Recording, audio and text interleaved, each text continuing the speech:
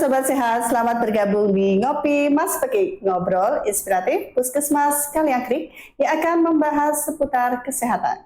Bersama saya, Fenty Triani, di episode kali ini kita akan membahas topik yang sedang hangat untuk diperbincangkan, yaitu tentang istitoah dalam ibadah haji, khususnya dari sisi kesehatan. Bersama kita telah hadir narasumber dokter pemeriksa kesehatan jemaah haji di Puskesmas Kaliangkrik. Beliau adalah Dr. Linda Noviarini. Halo dokter, selamat bergabung kembali di Ngopi Mas Peki. Gimana kabarnya dokter? Alhamdulillah baik. Assalamualaikum Sobat Sehat Puskesmas Kaliangkrik. Senang bergabung kembali nih Mbak Fenty. Alhamdulillah dokter. Baik dokter, kita akan berbincang-bincang nih dokter tentang topik yang sekarang sedang hangat untuk kita perbincangkan, karena mungkin semua puskesmas ya dokter di seluruh Indonesia juga sedang melakukan pemeriksaan untuk calon jemaah haji ya dokter ya. Ini kenapa dokter sebelum melaksanakan ibadah haji harus melakukan serangkaian pemeriksaan di puskesmas? Bisa dijelaskan dokter? Oke, jadi gini Mbak Fenty, Ya, dokter.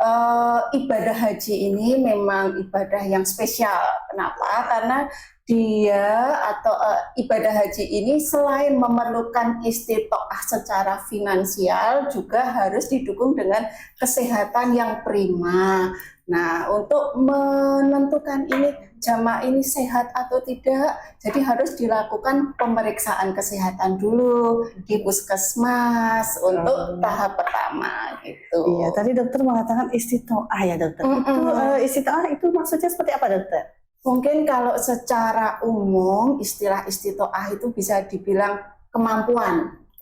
Mampu. Jadi untuk melakukan ibadah haji kan dia harus mampu secara finansial. Betul. Melakukan pembayaran yang cukup banyak ya Mbak, sekian juta untuk mendapatkan nomor kursi. Nah, kemudian agar melakukan ibadah dengan lancar, karena haji ini adalah ibadah fisik, dia harus dinyatakan juga istitoah atau mampu secara kesehatan gitu. Jadi apa ya, istitoah itu mampu secara kesehatan gitu, ataupun secara finansial gitu jadi ya. dari kesehatan dokter, yang dinilai apa saja dalam pemeriksaan istitoah itu?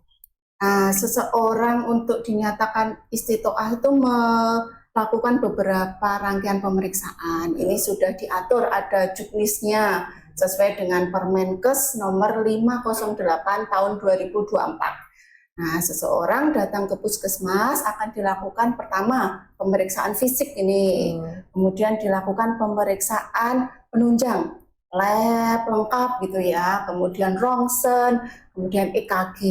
Selanjutnya akan dinilai juga pemeriksaan untuk menilai dia ada kemunduran kognitif atau tidak. Kemudian dinilai juga nih ada gejala ke arah demensia atau tidak gitu. Dan terakhir dinilai juga dia mandiri atau tidak.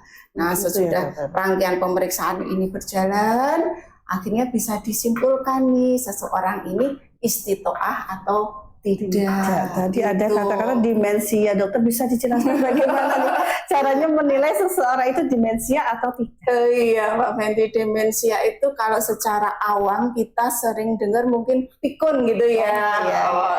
Kenapa kok demensia ini cukup disorot? Karena Mbak Fenty sendiri paham ya karakter jamaah haji Indonesia itu sebagian besar terdiri dari lansia ya kan. Mungkin daftarnya saat muda, tapi berangkatnya karena menunggunya puluhan tahun sehingga pas berangkatnya sudah lansia. Nah, kalau seseorang ini mengalami demensia atau pikun, nanti kan untuk melaksanakan ibadah haji di sana terganggu. Kemudian syarat untuk haji itu kan juga Mbak, balik, kemudian sehat secara jiwa, salah satunya ya tidak demensia. Kita akan menilai di puskesmas ini menggunakan suatu tools namanya AMP. Apa itu AMP? Abbreviate mental test itu. Akan ditanya 10 pertanyaan nih. Sederhana banget nih. Kalau seorang demensia mungkin dia nggak bisa jawab 10 pertanyaan. pertama nih, ini sekarang tahun berapa Mbak Fenty? 2025. Betul ya, benar ya.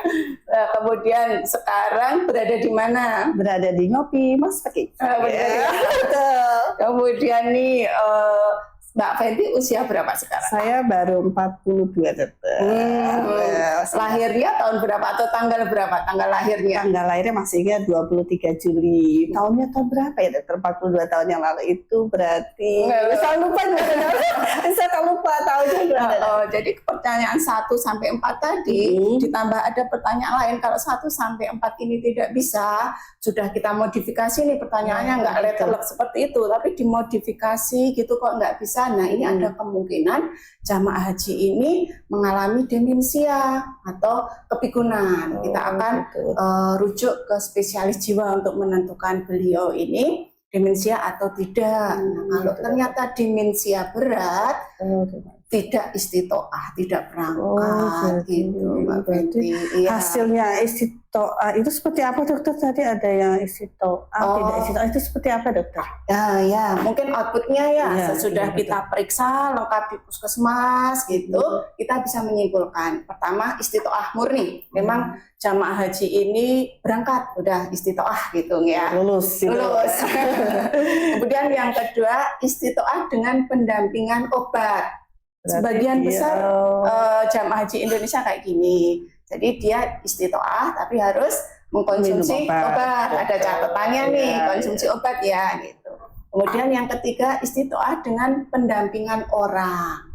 Seseorang yang tadi itu di pemeriksaan ADL atau aktivitas kemandirian gitu ya, beliau kok mengalami kemunduran, harus didampingi orang gitu. Nah ini dinyatakan istitoah dengan pendampingan orang. Yang keempat ini yang kita sangat sedih ya dan tidak diharapkan terjadi, yaitu memang benar-benar tidak istitoah gitu. Sebagian jemaah mungkin khawatir dokter kalau tidak istitoah. Sebenarnya tujuan dari istitoah ini seperti apa dokter? Ya memang khawatir iya ya Mbak Fenty, karena kita daftar kemudian nunggu puluhan tahun dinyatakan tidak istitoah, tidak berangkat, tidak bisa berangkat. Nah, padahal tujuan menyiapkan istitoah itu ya untuk mempersiapkan diri, mempersiapkan fisik agar melaksanakan ibadah hajinya dengan lancar. Tahu sendiri ya Mbak Fenty, kita ibadah haji di mana nih? Di Arab ya, di Arab Saudi yang kondisinya itu beda jauh dengan di Indonesia, baik dari suhunya, kemudian dari cuacanya, kemudian yang jaraknya jauh, dan di sana aktivitasnya fisik terus menerus. Jadi ini tujuan untuk istitoah itu menyiapkan agar jamaah haji lancar mengikuti ibadahnya. Itu pelaksanaan istitoah berapa lama sebelum keberangkatan dokter? Ini suatu rangkaian yang panjang gitu ya Mbak Fenty ya. Tahap pertama untuk memeriksa itu saat seorang jamaah haji mendaftarkan diri. Sebenarnya itu sudah lama ya, lama sudah dipersiapkan. Itu pemeriksaan tahap pertama, tahap awal untuk menentukan seseorang ini berisiko tinggi atau tidak. Jadi kemudian pemeriksaan tahap 2 nih untuk menentukan istitoah atau tidak. Biasanya dikerjakan beberapa bulan sebelum masa keberangkatan, termasuk saat-saat ini.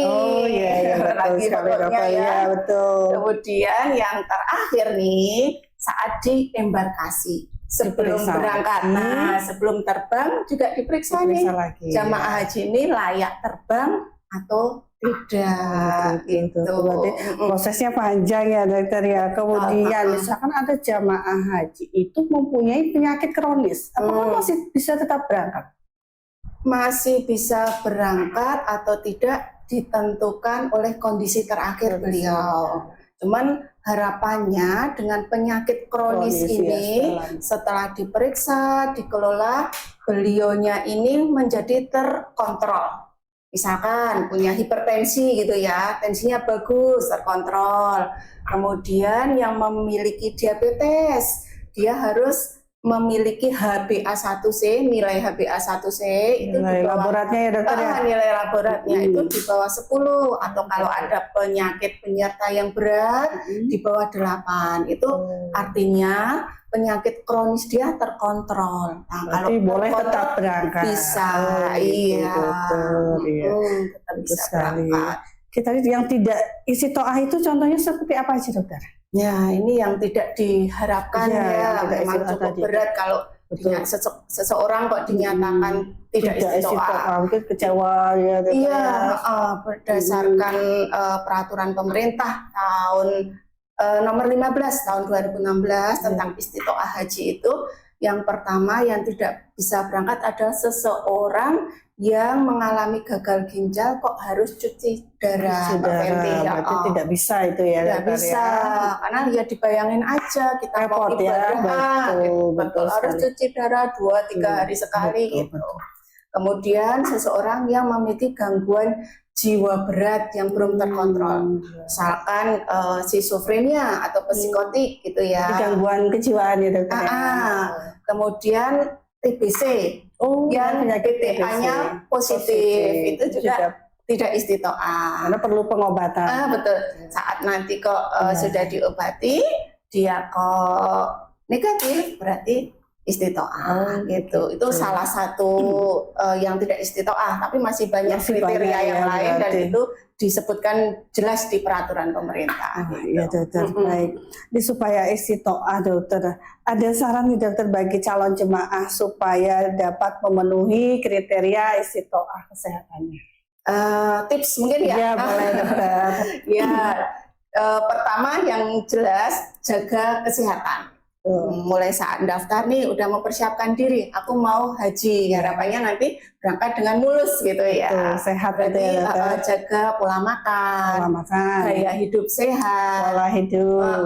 Misalkan kok punya penyakit kronis, ya harus minum obat teratur. Kemudian sering-sering kontrol, memeriksakan diri untuk melihat perkembangan penyakitnya kayak gitu. Mungkin tipsnya itu ya.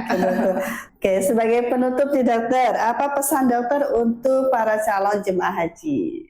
Untuk jemaah haji Indonesia yang tercinta, gitu ya, saya berpesan mulai mempersiapkan diri sedini mungkin, gitu ya. Tadi seperti tadi jaga kesehatan, atur pola makan, dan misalkan punya penyakit minum obat rutin agar menjadi haji yang mabrur, istitoah dan bahagia. Amin. Terima kasih dokter atas penjelasan yang sangat bermanfaat tentang istitoah dalam ibadah haji. Semoga sobat sehat semakin memahami pentingnya istitoah kesehatan dalam ibadah haji. Saya Fedi Triani pamit undur diri. Sampai jumpa di episode Ngopi Mas Pekik selanjutnya. Salam istitoah.